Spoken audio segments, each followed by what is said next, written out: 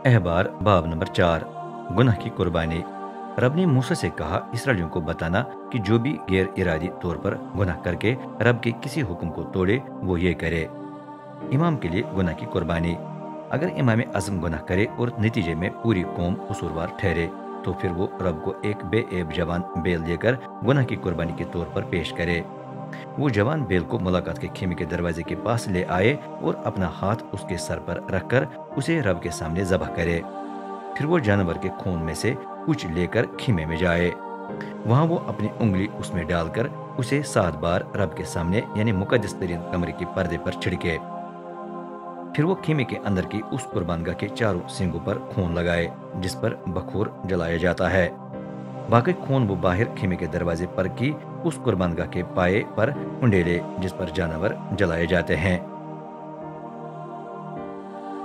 जवान बेल की सारी चर्बी, अंतड़ियों पर की सारी चर्बी, गुर्दे उसकी चर्बी समेत जो उन पर और कमर के करीब होती है और जोड़ कलीजी को गुर्दों के साथ ही अलग करना है।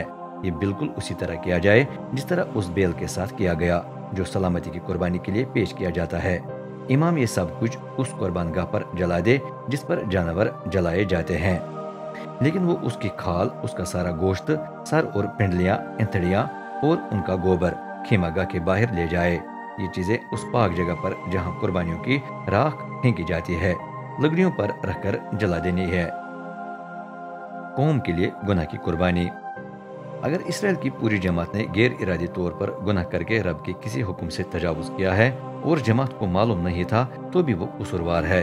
जब लोगों को पता लगे कि हमने गुनाह किया है तो जमात मुलाकात के खीमे के पास एक जवान बेल ले आए और उसे गुनाह की कुर्बानी के तौर पर पेश करे। जमात के बुजुर्ग रब के सामने अपने हाथ उसके सर पर रखें और वो वहीं ज़बह किया जाए। फिर इमाम आजम जानवर के खून में से कुछ लेकर मुलाकात के खीमे में जाए। वहाँ वो अपनी उंगली उसमें डालकर उसे 7 बार रब के सामने यानी मुकद्दस तरीन कमरे के पर्दे पर छिड़के।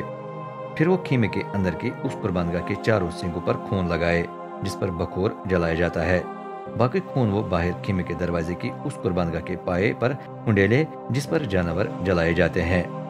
इसके बाद वो उसकी तमाम चर्बी निकालकर कुर्बानगाह पर जला दे। उस बेल के साथ वो सब कुछ करे जो उसे अपने जाती गैर इरादी गुनाह के लिए करना होता है। यूं वो लोगों का कफारा देगा और उन्हें माफी मिल जाएगी। आखिर में वो बेल को खीमागाह के बाहर ले जाकर उस तरह जला दे जिस तरह उसे अपने लिए बेल को जला देना होता है। यह जमात का गुनाह दूर करने की कुर्बानी है। कौम के रहनुमा के लिए गुनाह की कुर्बानी।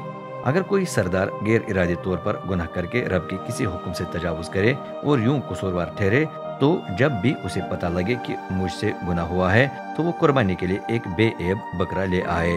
वो अपना हाथ बकरे के सर पर रखकर उसे वहां ज़बह करे जहां भस्म होने वाली कुर्बानियां ज़बह की जाती हैं। ये गुनाह की कुर्बानी है। इमाम अपनी उंगली खून में डालकर उसे उस कुर्बानगाह के चारों सींगों पर लगाए जिस पर जानवर जलाए जाते हैं। बाकी खून वो कुर्बानगाह के पाए पर उंडेले। फिर वो उसकी सारी चर्बी कुर्बानगाह पर उस तरह जला दे जिस तरह वो सलामती की कुर्बानी की चर्बी जला देता है। यूं इमाम उस आदमी का कफारा देगा और उसे माफी हासिल हो जाएगी। आम लोगों के लिए गुनाह की कुर्बानी। अगर कोई आम शख्स गैर इरादी तौर पर गुनाह करके रब के किसी हुक्म से तजावुज करे और यूं कसूरवार ठहरे तो जब भी उसे पता लगे कि मुझसे गुनाह हुआ है तो वो कुर्बानी के लिए एक बेऐब बकरी ले आए। वो अपना हाथ बकरी के सर पर रखकर उसे वहां ज़बह करे जहां भस्म होने वाली कुर्बानियां ज़बह की जाती है। इमाम अपनी उंगली खून में डालकर उसे उस कुर्बानगाह के चारों सींगों पर लगाए जिस पर जानवर जलाए जाते हैं। बाकी खून वो कुर्बानगाह के पाए पर उंडेले। फिर वो उसकी सारी चर्बी उस तरह निकाले जिस तरह वो सलामती की कुर्बानी की चर्बी निकालता है। इसके बाद वो उसे कुर्बानगाह पर जला दे। ऐसी कुर्बानी की खुशबू रब को पसंद है। यूं इमाम उस आदमी का कफारा देगा और उसे माफी हासिल हो जाएगी। अगर वो गुनाह की कुर्बानी के लिए भेड़ का बच्चा लाना चाहे तो वो बेऐब मादा है। वो अपना हाथ उसके सर पर रखकर उसे वहां ज़बह करे जहां भस्म होने वाली कुर्बानियां ज़बह की जाती हैं। इमाम अपनी उंगली खून में डालकर उसे उस कुर्बानगाह के चारों सींगों पर लगाए जिस पर जानवर जलाए जाते हैं। बाकी खून वो कुर्बानगाह के पाए पर उंडेले। फिर वो उसकी तमाम चर्बी उस तरह निकाले जिस तरह सलामती की कुर्बानी के लिए ज़बह किए गए जवान मेंढे की चर्बी निकाली जाती है।